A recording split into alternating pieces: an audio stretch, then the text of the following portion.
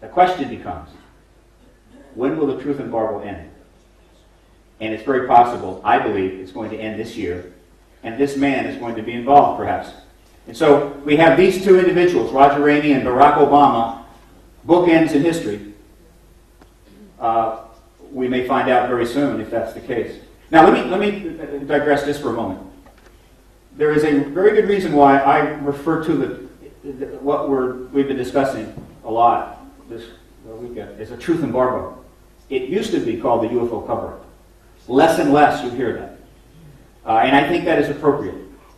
We need to use the right language. We need to approach these things in a way that is consistent with reality and history. And my belief is that the decision by the United States government to withhold this information at the time was completely legal under the National Security Act. UFO cover-up implies a fundamental illegality, which then raises a whole lot of issues. That doesn't mean some illegal things weren't done over the years, but the fundamental act to withhold the acknowledgement of this issue was legal. So we're talking about a truth embargo.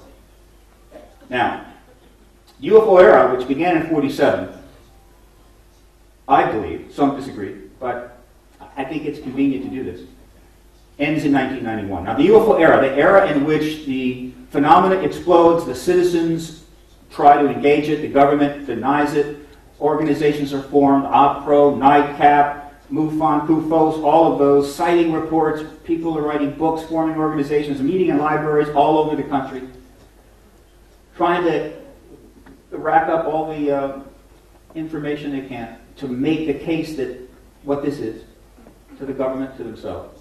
But that era basically was over by 91. I believe that the extraterrestrial presence behind UFOs was I think, confirmed under any reasonable logic and deduction by 1952. No, if not earlier. It was done. But of course, there was a truth embargo on, so it wasn't resolved, was it? But if the government denies it, you continue to try to prove it. And this went on, and they proved it many times over. So by 1991, I think it was this cake was fully baked.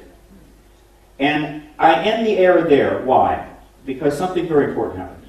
And I refer to the end of the Cold War, which informally begins with the tearing down of the Berlin Wall, which I know all of you in Europe are quite familiar with, and then finally ends with the dissolution of the Soviet republics and the removal of the Communist Party on Christmas Day, 1991, one of the most important events in human history.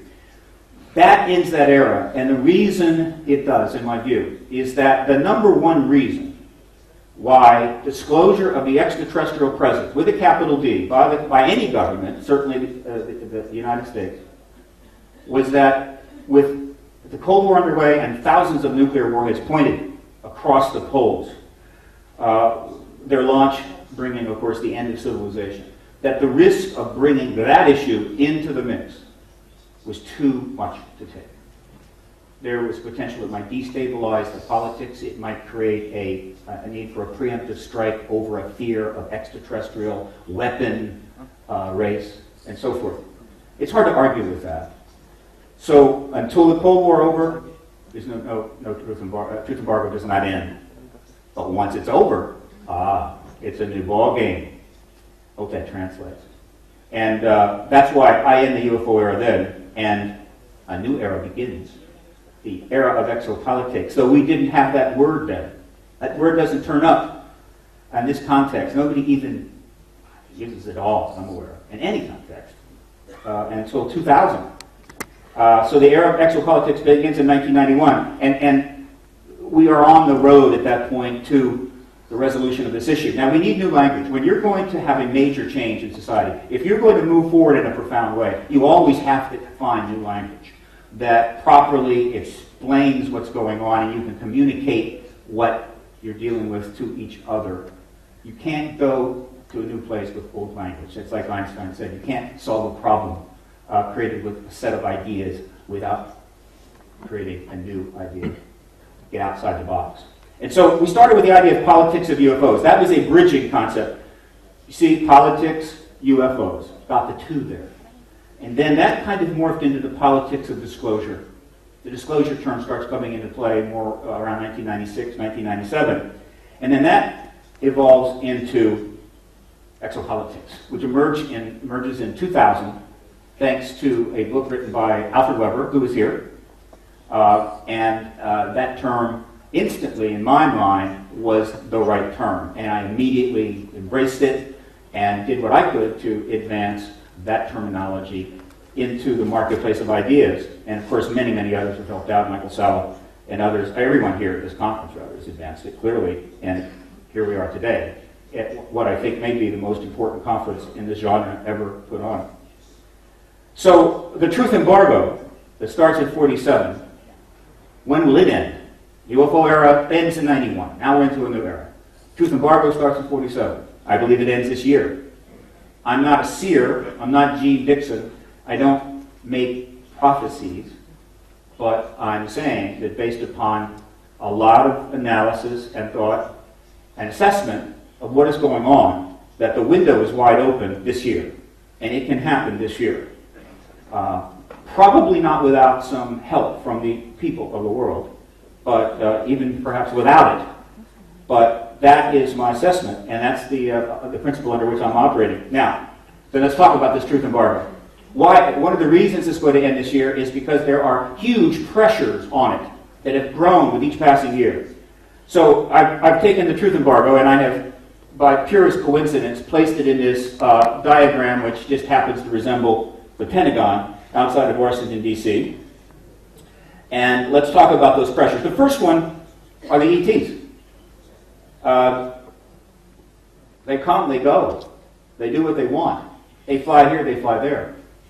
Tens of thousands of people that have had direct contact with them are coming forward. Their memories are leaking. They're reporting them, writing them out. They're in the press. They're in the media. These entities are being anything but discreet. And every time they're seen, every time a pilot sees one out a disc outside the window, every time there is a significant sighting like O'Hare, the awareness goes up, the pressure on the truth embargo grows. And so if these entities don't want us to tell ourselves that they're here, they sure are trying very hard to stop that process. And so their activity, unless they go home, they may all just leave, which would be awful. I would be very upset. So I hope they don't go home. But their activities are putting enormous pressure, and that's a simple fact. Now, the second thing is public awareness.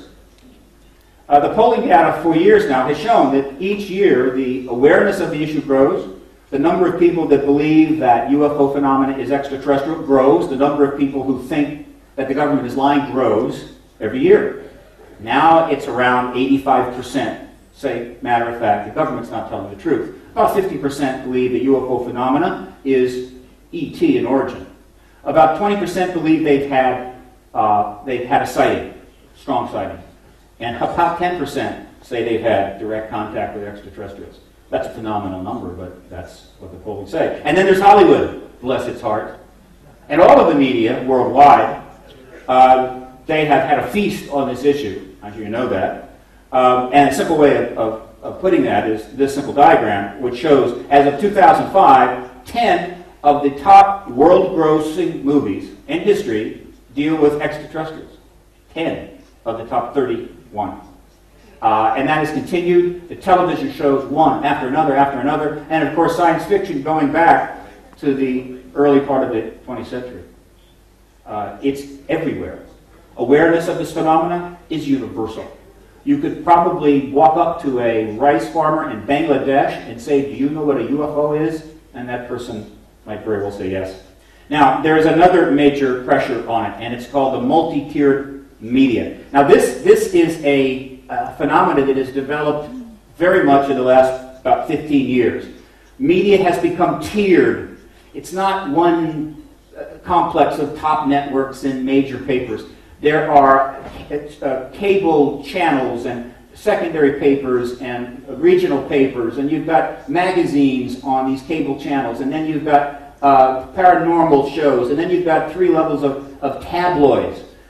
You've got the high-end National Enquirer, you've got the second level like the Examiner and the Star. At the bottom end is the Sun and the Weekly World News, Jerry Springer. The real fun is down here. This is where it's all fun.